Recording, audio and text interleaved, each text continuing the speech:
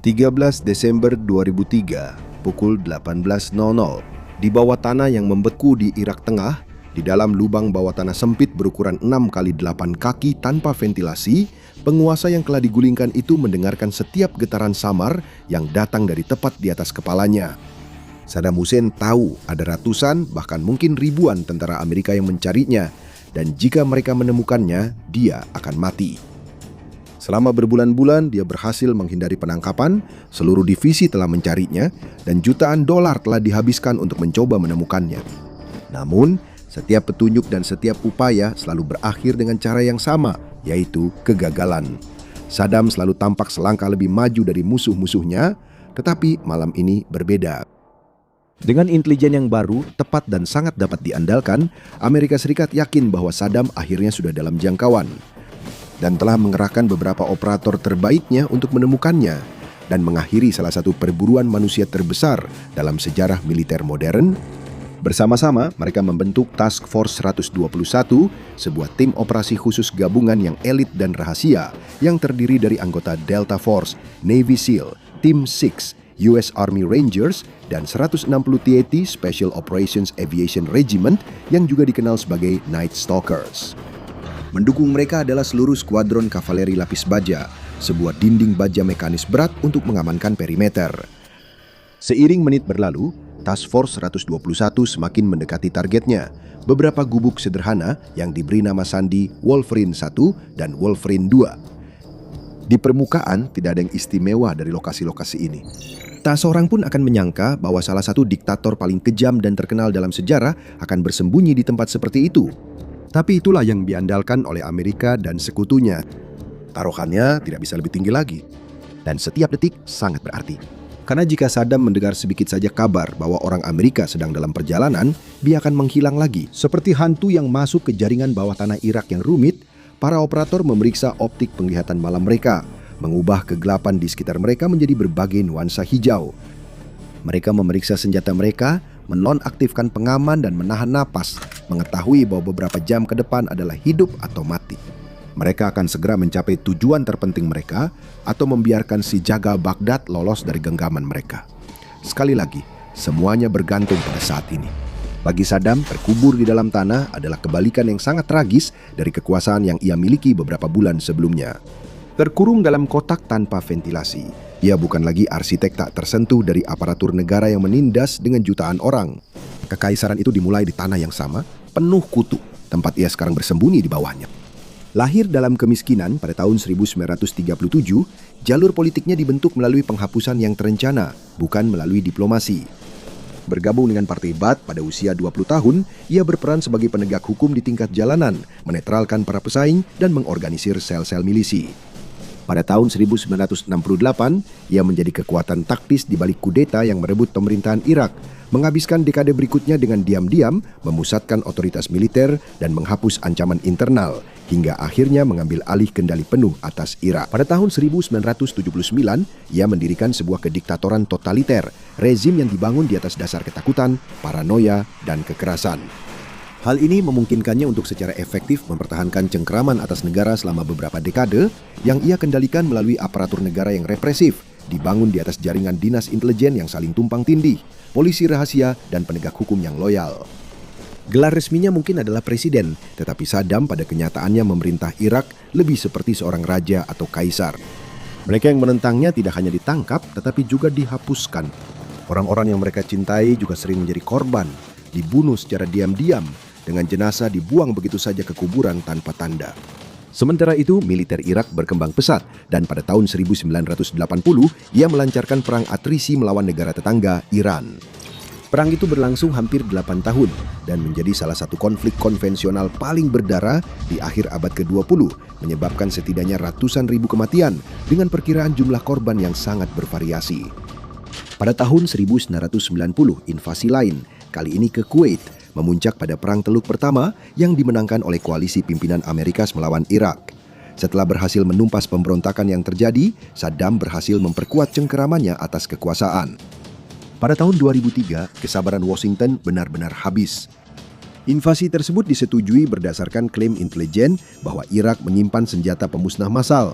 Meskipun kenyataan setelah perang akhirnya membantah laporan-laporan tersebut. Pada saat itu, perintahnya mutlak. Rezim tersebut harus dicabut sampai ke akar-akarnya. Menjatuhkan seorang diktator dari kekuasaan bukanlah hal yang mudah, meskipun Saddam Hussein telah bertahan selama puluhan tahun dari upaya pembunuhan, kudeta militer, dan serangan udara internasional. Dia memanfaatkan kekuasaannya yang besar untuk melindungi masa depannya, mengandalkan bunker-bunker yang sangat diperkuat, kompleks istana, rumah persembunyian, dan loyalis terpercaya untuk bertahan dari berbagai ancaman yang berulang. Hal ini ditambah dengan lingkaran dalam pengikut setianya, membuat kemungkinan menangkapnya menjadi tantangan yang nyaris mustahil. Namun Amerika Serikat tidak bisa mundur. Selama Saddam masih hidup dan bebas, para perencana koalisi khawatir dia masih bisa mengumpulkan loyalis dan memicu pemberontakan yang semakin besar. Amerika dan sekutunya lah yang harus mengakhiri mimpi buruk ini. 19 Maret 2003, Presiden Amerika Serikat George W. Bush memberikan lampu hijau untuk operasi pembebasan Irak. Dan mitra sejawatnya dari Irak, Saddam Hussein, bersiap menghadapi sesuatu yang belum pernah ia hadapi sebelumnya, yaitu invasi besar-besaran ke negaranya oleh militer terkuat di dunia. Bagi Amerika Serikat dan sekutunya, tujuannya jelas. Mereka harus menggulingkan pemerintahan Saddam, mengidentifikasi dan menghilangkan senjata pemusnah massal Irak, menemukan dan mengusir teroris dari negara itu, serta membebaskan rakyat Irak dari rezim pembunuh di negara mereka, agar mereka akhirnya bisa beralih menuju sesuatu yang lebih aman, lebih cerah, dan lebih baik bagi semuanya. Ini tidak bisa menjadi kampanye yang lambat atau perang yang berjalan lambat dan melelahkan. Ini harus berlangsung cepat, eksplosif, dan berdampak besar. Dan Amerika Serikat memutuskan untuk langsung memberi gebrakan sejak detik-detik pertama dengan kampanye shock and awe yang bombastis yang dirancang untuk secara efektif melumpuhkan infrastruktur komando dan kontrol Irak dalam jam-jam pembukaan konflik. Semakin cepat militer Saddam dibutakan dan dibuat tuli, semakin baik. Karena itu akan membuat musuh jauh lebih sulit untuk mengatur pertahanan serius atau serangan balasan. Untuk melakukan itu, koalisi tidak bisa terjebak dalam pertempuran panjang di Irak Selatan atau Barat. Mereka harus menembus jauh ke dalam negeri, menyerang langsung ke jantung kekuasaan rezim, ibu kota Irak, Baghdad. Dan itulah yang mereka lakukan setelah menerima kabar bahwa Saddam sendiri sedang mengunjungi sebuah kompleks di komunitas pertanian Dora di selatan Baghdad. Pasukan Amerika Serikat pun menyiapkan serangan pembuka mereka. Sesaat sebelum pukul 05.00 pagi waktu setempat, 2 pesawat tempur siluman F-117 Nighthawk dari Skuadron Tempur Ekspedisi ke-8 memasuki wilayah udara Irak, melaju langsung menuju Baghdad. Mengandalkan kecepatan dan teknologi siluman mereka untuk menghindari pertahanan udara negara itu. Setibanya di daerah Dora, Nighthawk melepaskan muatan mereka, yaitu 4 bom penghancur bunker GDU-27 seberat 2.000 pon yang dipandu satelit langsung menuju kompleks Irak. Pada saat yang sama, sejumlah kapal dan kapal selam Amerika Serikat yang ditempatkan di Laut Merah dan Teluk Persia, termasuk kapal penjelajah kelas Ticonderoga USS Calpens, kapal perusak kelas Arleigh Burke USS Donald Cook, dan USS Porter, meluncurkan hampir 40 rudal jarak jauh Tomahawk ke lokasi-lokasi penting di seluruh negeri. Salah satu bom meleset dari targetnya, tetapi 3 lainnya berhasil mengenai sasaran, merusak gedung utama, dan menghancurkan semua bangunan di sekitarnya. Sayangnya, ternyata Saddam tidak berada di area tersebut pada saat itu dengan laporan yang saling bertentangan tentang apakah dia benar-benar pernah berada di sana sebelumnya atau tidak. Bagaimanapun juga, operasi telah dimulai dan situasinya hanya akan menjadi semakin dramatis dalam beberapa jam ke depan. Memang, pada hari yang sama, kampanye shock and awe benar-benar dimulai secara serius. Anggota Resimen Penerbangan Operasi Khusus ke-160 naik ke helikopter Black Hawk 60L dan Little Bird 6M didukung oleh A-10 Thunderbolt II. Menyisir perbatasan selatan dan barat Irak, mereka mengidentifikasi dan menyerang puluhan pos pengamatan. Dalam hitungan jam, lebih dari 70 target ini telah berhasil dihancurkan dan militer Irak secara efektif menjadi buta. Membuka jalan bagi pasukan Amerika, Inggris, dan sekutu lainnya untuk menyeberangi perbatasan dan memulai perjalanan mereka menuju Baghdad. Mereka tidak berjalan kaki, melainkan bergerak dalam barisan lapis baja yang sangat panjang, membentang bermil-mil jauhnya. Ribuan kendaraan, termasuk tank Abrams, kendaraan tempur Bradley, meriam howitzer tarik, mortir, dan lainnya menyerbu masuk ke Irak. Di atas mereka, pesawat-pesawat koalisi dengan cepat menguasai langit. Dengan kehadiran jet tempur, pembom, helikopter serang, dan pesawat pengintai yang melakukan operasi tanpa henti, mencari dan menghancurkan sebanyak mungkin aset yang mereka bisa, perang Irak pun dimulai. Kampanye shock and awe Amerika terbukti sangat efektif. Pada hari-hari awal konflik, ratusan bom, rudal, dan amunisi lainnya berhasil mengenai target mereka. Markas besar militer runtuh menjadi tumpukan puing, jaringan komunikasi terputus, pertahanan udara dibongkar, dan banyak titik penting lainnya dari angkatan bersenjata Irak terputus satu sama lain dan dieliminasi.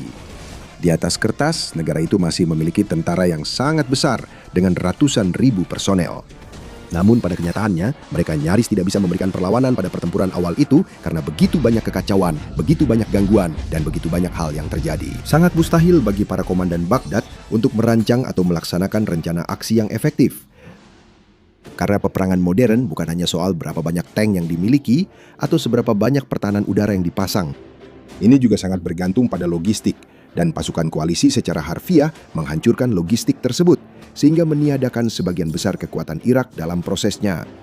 Sementara itu, saat aset udara membuka jalan di depan mereka, pasukan Amerika Serikat bergerak maju dengan kecepatan dan efisiensi yang tak kenal lelah. Mereka tidak ingin membuang waktu dengan membersihkan setiap kota dan desa secara sistematis di sepanjang perjalanan. Jadi sebagai gantinya, mereka melewati sebagian besar pusat populasi utama, membiarkannya untuk ditangani oleh unit-unit sekunder. Saat mereka bergerak lurus menuju Baghdad, perjalanan mereka tidak tanpa tantangan. Tentu saja mereka menghadapi beberapa perlawanan di sepanjang jalan yang dilakukan oleh formasi tentara Irak, unit Garda Republik milik Saddam sendiri, dan berbagai pasukan paramiliter juga. Beberapa dari mereka bertempur dengan sengit dan mati demi tujuan yang mereka yakini. Yang lain hanya mengibarkan bendera putih, menyadari bahwa mereka tidak punya banyak peluang melawan kekuatan mesin militer Amerika yang tak tertandingi. Pasukan Amerika juga harus menghadapi kondisi lokasi yang sering kali sulit dan tak terduga tempat mereka bertempur. Badai debu menyebabkan kekacauan, misalnya dengan konvoi yang terpisah-pisah dan kendaraan kesulitan menemukan jalan mereka. Garis suplai juga harus semakin memanjang seiring pasukan bergerak maju, menciptakan masalah logistik yang mengancam untuk mengacaukan seluruh operasi. Setiap mil yang berhasil dicapai membawa tantangan baru. Namun pasukan Amerika Serikat tetap fokus pada tujuan mereka, yaitu mencapai Baghdad secepat mungkin. Itu adalah satu-satunya hal yang penting, dan mereka tidak akan membiarkan apapun menghentikan mereka. Di pihak lawan, pemerintah Irak memanfaatkan kendali mereka atas media negara untuk membangun dan mempertahankan narasi optimisme. Mereka mengklaim bahwa pasukan Amerika sedang dimusnahkan dan kemenangan sudah di depan mata. Namun kebohongan itu hancur ketika hanya beberapa minggu setelah operasi dimulai, pasukan Amerika Serikat tiba di pinggiran Baghdad. Di sana, pasukan Garda Republik elit milik Saddam sudah menunggu mereka dan telah mempersiapkan kedatangan mereka. Mereka membangun lingkaran pertahanan di sekitar kota, menyiapkan artileri, mengerahkan tank, dan memobilisasi ribuan pasukan. Mereka memiliki keuntungan sebagai tuan rumah, tetapi mereka tidak memperhitungkan taktik atau peralatan canggih yang dibawa oleh pasukan Amerika. Dengan jangkauan, optik, dan superioritas udara yang lebih unggul, pasukan Amerika Serikat menyerang dan menghancurkan posisi Irak sebelum mereka tahu apa yang menimpa mereka. Dan pada tanggal 3 April, pasukan mendekati Bandara Baghdad yang juga dikenal sebagai Bandara Internasional Saddam. Itu adalah salah satu posisi Irak yang paling dijaga ketat di seluruh negeri. 2 tentara Amerika tewas di awal pertempuran akibat tembakan mortir. Namun, pada akhir hari itu, setelah baku tembak brutal yang berlangsung sengit bolak-balik, Brigade Pertama, Divisi Infanteri Ketiga, mengklaim telah menguasai bandara tersebut yang kemudian menjadi pangkalan operasi utama Amerika Serikat selama bertahun-tahun berikutnya. Hari berikutnya akan menjadi sangat penting. Baghdad adalah kota yang sangat besar, rumah bagi jutaan orang dan terdiri dari banyak lingkungan padat, jalan-jalan seperti labirin, kompleks yang dikuasai pemerintah, dan zona industri yang luas. Bahkan bagi militer paling maju di dunia, medan perang ini akan sangat rumit untuk dilalui. Namun Amerika Serikat tetap fokus pada kecepatan dan efisiensi. Mereka tidak berniat bergerak melalui kota jalan demi jalan, menyisir gedung demi gedung, dan maju secara bertahap menuju targetnya. Sebaliknya, mereka ingin langsung menuju jantung Baghdad dan mulai melancarkan serangan Thunder yang kini ikonik ke ibu kota negara itu. Taktik ini terdiri dari kolom-kolom lapis baja, seringkali termasuk Abrams dan Bradley, yang menentang aturan peperangan konvensional, dengan menerobos jalan-jalan kota langsung menuju pusatnya. Mereka tampak sembrono, tetapi setiap serangan Thunder sebenarnya sudah diperhitungkan dengan presisi yang luar biasa. Dengan dukungan udara yang siap dan menunggu untuk membantu jika situasi memburuk lagi, Irak tidak memiliki respons nyata terhadap pendekatan Amerika. Mereka mencoba melawan, menembakkan senapan mesin dan granat berpeluncur roket dari gedung-gedung yang diperkuat, tetapi tidak mampu menghentikan serangan mekanis besar-besaran. Bergerak dengan kecepatan tinggi terbukti jauh lebih sulit daripada yang bisa dibayangkan siapapun. Dan pertempuran untuk Baghdad, yang oleh sebagian orang diperkirakan bisa berlangsung berminggu-minggu atau bahkan berbulan-bulan, berakhir hanya dalam 6 hari. Rezim Hussein secara resmi berakhir pada 9 April yang dilambangkan dengan robohnya patung Saddam Hussein setinggi 39 kaki di lapangan Firdaus, Baghdad. Baik marinir AS maupun warga sipil Irak yang bersukacita ikut ambil bagian dalam peristiwa ini, dengan banyak warga Irak kemudian menghancurkan sisa-sisa patung tersebut dengan palu godam. Berita utama di seluruh dunia didominasi oleh kabar bahwa ibu kota Irak telah jatuh. Operasi Amerika tampaknya telah menjadi sebuah keberhasilan besar. Namun, ketika debu mulai mengendap dan asap perlahan menghilang terbawa angin Baghdad, menjadi sangat jelas bahwa salah satu tujuan utama Amerika Serikat masih belum tercapai. Rezimnya mungkin telah tumbang, tetapi Saddam sendiri masih buron. Entah bagaimana, dia dan kedua putranya Uday dan Qusay telah menghilang. Tahap baru dari perang perburuan Saddam Hussein akan segera dimulai. Beberapa pengamat memperkirakan bahwa penangkapan Saddam Hussein akan terjadi hampir pasti dalam beberapa hari setelah jatuhnya Baghdad. Lagi pula seberapa jauh dia bisa pergi, seberapa baik dia bisa bersembunyi setelah semua kekuasaannya telah dicabut darinya. Ternyata dia bisa bersembunyi jauh lebih baik daripada yang diperkirakan banyak orang. Dalam hari-hari setelah pertempuran, pasukan Amerika Serikat memburu petunjuk menggunakan semua alat yang mereka miliki untuk mendapatkan sedikit saja informasi tentang keberadaan sang diktator. Tapi tidak ada hasil, tidak ada penampakan yang dikonfirmasi, tidak ada lokasi yang terverifikasi. Seolah-olah mantan penguasa Irak, salah satu pria paling terkenal dan mudah dikenali di muka bumi, benar-benar menghilang tanpa jejak. Lalu rumor dan teori mulai menyebar. Mungkin dia bersembunyi di salah satu dari banyak bunker bawah tanahnya. Mungkin dia melarikan diri ke wilayah gurun barat Irak. Atau mungkin dia berhasil meninggalkan negara itu sepenuhnya dan bersembunyi di wilayah lain yang bersahabat seperti Suriah. Untuk mendapatkan sedikit kendali atas situasi dan mulai menyusun potongan-potongan teka-teki yang perlahan-lahan terkumpul. Militer Amerika Serikat menciptakan alat pelacak yang cukup tidak biasa, yaitu satu set kartu remi para buronan paling dicari. Tepatnya, lebih dari 50 pejabat tinggi Irak diberikan nomor dan lambang dalam set kartu tersebut, dengan Saddam sendiri berada di posisi teratas sebagai kartu as sekop. Dan sementara unit-unit lain fokus memburu para pemimpin tingkat bawah, perburuan si as sekop diberikan kepada yang terbaik dari yang terbaik. Satuan Tugas 121 ini bukan sekedar unit militer biasa. Unit ini menggabungkan elemen-elemen terbaik dari militer Amerika. Awalnya, mereka memanfaatkan sepenuhnya kekuatan aparatur intelijen bernilai miliaran dolar dengan menerjunkan teknologi penyadapan sinyal canggih, bersamaan dengan ketepatan mematikan dari Delta Force dan pengalaman dari SEAL Team 6. Bersama-sama, mereka merumuskan rencana untuk melacak lokasi Hussein. Mereka tahu bahwa meskipun sang raja telah dipaksa turun dari tahtanya, dia masih memiliki banyak pengikut setia yang akan terus membantunya dengan cara apapun yang mereka bisa. Selama dia masih bebas dan selama dia memiliki tingkat dukungan seperti itu, dia akan tetap menjadi ancaman. Akan selalu ada kemungkinan dia tiba-tiba kembali muncul suatu hari nanti, merebut kembali kekuasaan dan memulai kembali masa pemerintahannya yang penuh kekacauan. Memahami hal ini, Satuan Tugas 121 berasumsi bahwa Saddam kemungkinan besar akan memanfaatkan jaringan loyalisnya untuk berpindah-pindah. Dengan asumsi bahwa dia menggunakan perangkat seperti telepon satelit terenkripsi untuk meminta bantuan dan pengawalan paramiliter untuk membantunya berpindah dari satu tempat ke tempat lain. Tugas Satuan Tugas, oleh karena itu, adalah untuk mencegat jaringan-jaringan tersebut, menyergap mereka saat lengah, dan mencoba untuk selalu selangkah lebih maju dari mereka. Mereka melakukan segala yang mereka bisa untuk mencapai tujuan ini. Mereka menemukan, menahan, dan menginterogasi para pemimpin rezim sebelumnya. Mereka menganalisis tumpukan intelijen. Mereka mengerahkan radar, satelit, dan sistem pelacakan lainnya untuk mencari segala anomali, tanda-tanda mencurigakan, atau petunjuk bahwa sesuatu yang besar mungkin sedang terjadi. Mereka mencegat konvoi dan menggerebek markas-markas. Setiap kali ada informasi intelijen penting yang masuk, mereka langsung bertindak.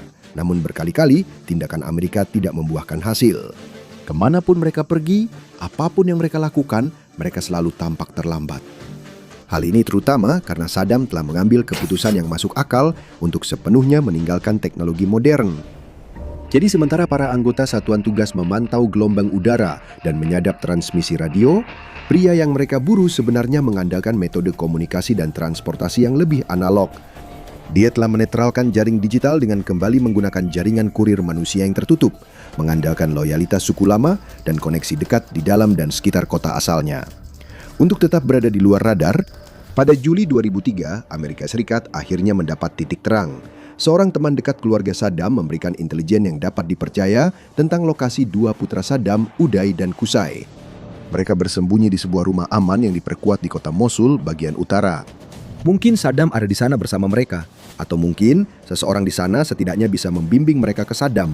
Task Force 121 didukung oleh elemen Task Force 20 dan 101D Airborne bergerak untuk menyerang. Mereka mengepung rumah persembunyian itu pada pagi hari tanggal 22 Juli, memerintahkan keluarga Hussein untuk keluar dan menyerah. Mereka tidak merespons dan pasukan Amerika Serikat tidak menunggu lama. Para operator mendobrak pintu, mengira akan ada penyerahan diri dengan cepat. Namun mereka justru menghadapi hujan peluru. Baku tembak sengit pun terjadi, dengan 3 prajurit pasukan khusus terluka dalam proses itu. Pasukan Asirik-As kemudian mengeluarkan senjata berat, menghujani rumah persembunyian itu dengan senapan mesin M2 Browning, senjata anti-tank AT-4, dan peluncur granat Mark 19. 200 pasukan tambahan juga tiba untuk membantu.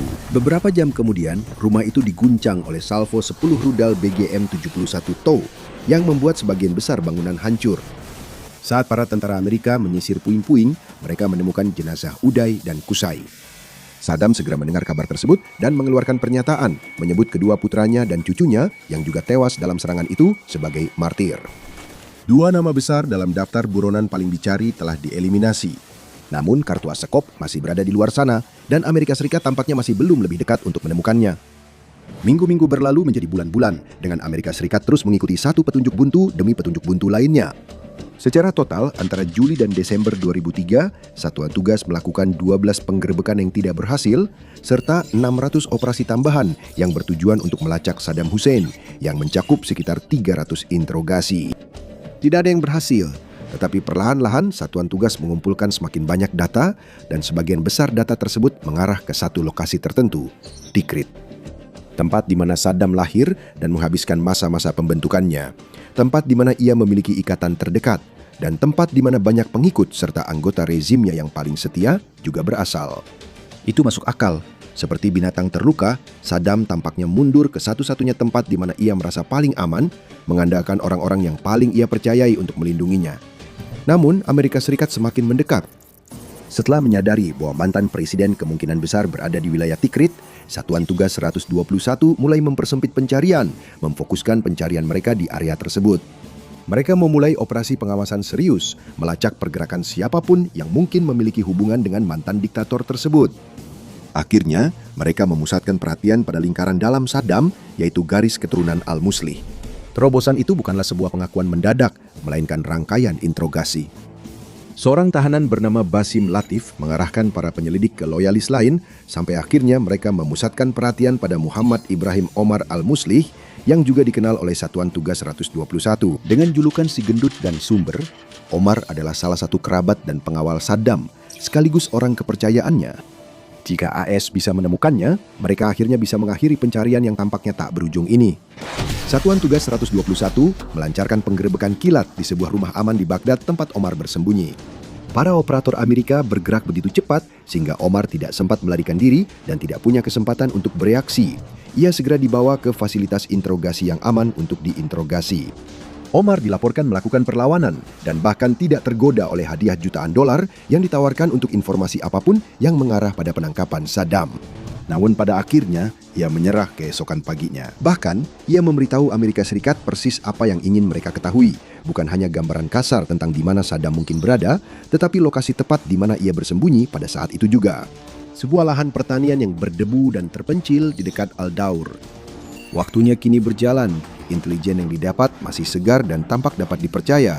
Tetapi dengan target yang sewaspada Saddam, Amerika Serikat harus bergerak cepat. Jika sang diktator sedikit saja curiga, atau jika ada orang lain yang berhasil memberitahunya bahwa Omar telah ditangkap, dia bisa melarikan diri dari daerah itu dalam sekejap mata, menghilang lagi ke padang pasir Irak yang luas.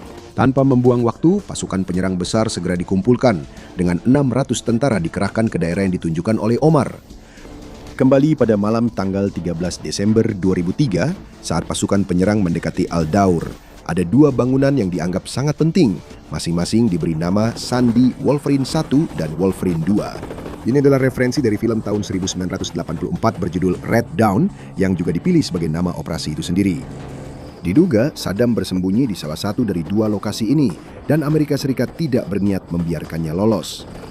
Mereka telah membawa semua sumber daya yang diperlukan untuk penangkapan secara menyeluruh dengan cadangan dan bala bantuan siap bergerak jika terjadi sesuatu yang tidak diinginkan. Perimeter telah dibentuk sehingga bahkan jika Saddam mencoba melarikan diri dengan kendaraan, dia tidak akan punya jalan keluar dan pada akhirnya akan berhadapan dengan kekuatan militer Amerika. Bagaimanapun caranya, inilah saatnya, momen yang selama ini telah dipersiapkan. Dengan perimeter yang sudah diamankan, para operator elit dari satuan tugas bergerak masuk untuk menyelesaikan tugasnya. Mereka bergerak dengan cepat, mengandalkan kacamata penglihatan malam mereka untuk menavigasi kegelapan dengan mudah. Mereka mendekati Wolverine 1 dan memaksa masuk dengan napas tertahan, berharap dan mengira akan melihat sang diktator meringkuk di sudut ruangan. Tapi tidak, tempat itu kosong. Tim kedua masuk ke Wolverine 2 dan mengalami kekecewaan yang sama. Kedua lokasi sudah diperiksa, keduanya tidak menghasilkan apa-apa. Saddam masih buron, tapi Airekas masih punya alasan kuat untuk percaya bahwa dia ada di daerah itu. Dia hanya punya sedikit waktu untuk melarikan diri. Jadi daripada mundur, pasukan tugas diperintahkan untuk melakukan pencarian yang lebih luas, memeriksa setiap bangunan di sekitar, setiap struktur, semuanya. Saddam pasti ada di sana, di suatu tempat. Akhirnya, beberapa tentara menemukan sebuah gubuk sederhana lain yang tampak seperti semua gubuk lain di daerah itu. Tapi ketika salah satu tentara menendang potongan lantai, dia menemukan satu perbedaan yang mencolok. Sebuah lubang persegi kecil di tanah, lubang persembunyian, tempat yang sempurna bagi seorang diktator buronan untuk bersembunyi. Namun sebelum tentara itu sempat mulai mencari, sepasang tangan muncul dari lubang persembunyian itu.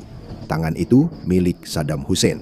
Saddam tidak berusaha melarikan diri atau melawan. Dia tahu waktunya untuk bersembunyi telah berakhir, permainannya sudah selesai, dan dia menyerahkan diri kepada musuh-musuhnya.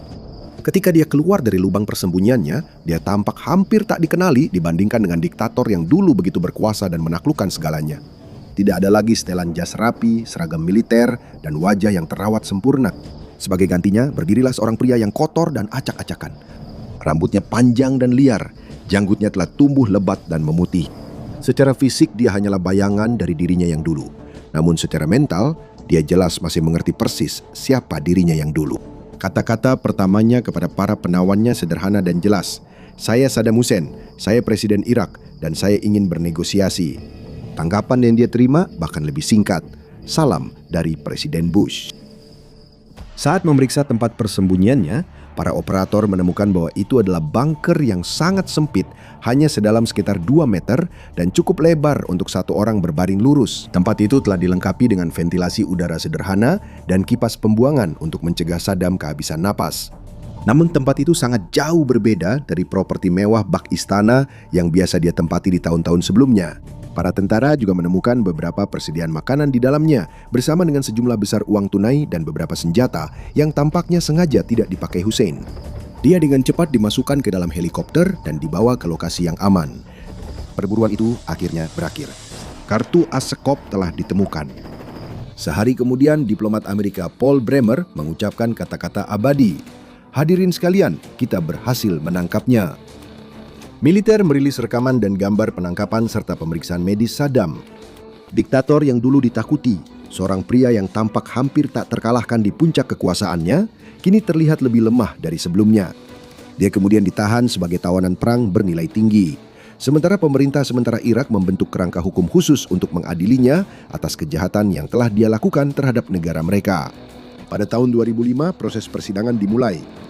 Saddam membela dirinya sebaik mungkin, membalas tuduhan yang diarahkan kepadanya dengan sikap pongah dan kepercayaan diri yang sama seperti saat ia berkuasa. Namun tidak ada satupun yang bisa ia katakan yang dapat melawan bukti-bukti yang sangat kuat terhadap dirinya. Dan pada tanggal 5 November 2006, putusan yang tak terelakkan pun dijatuhkan. Saddam Hussein dinyatakan bersalah atas kejahatan terhadap kemanusiaan dan dijatuhi hukuman mati. Pada tanggal 30 Desember 2006, hukuman tersebut dilaksanakan. Dan seorang pria yang telah meneror bukan hanya sebuah negara, bukan hanya sebuah wilayah, tetapi seluruh dunia akhirnya dibawa ke pengadilan. Eksekusinya menandai berakhirnya secara definitif sebuah era di Timur Tengah. sebuah era yang telah didominasi oleh ketakutan dan kekerasan. Pria yang telah memerintah dengan ketakutan, membangun bunker-bunker yang kuat, dan memimpin pembantaian massal, akhirnya berhasil ditangkap oleh para tentara yang memasang jebakan pada suatu malam bulan Desember yang gelap. Untuk melihat bagaimana teknologi militer benar-benar mengubah keseimbangan kekuatan dalam konflik modern yang menghancurkan lainnya, klik video di layar Anda sekarang juga, dan kita akan bertemu lagi di medan perang berikutnya.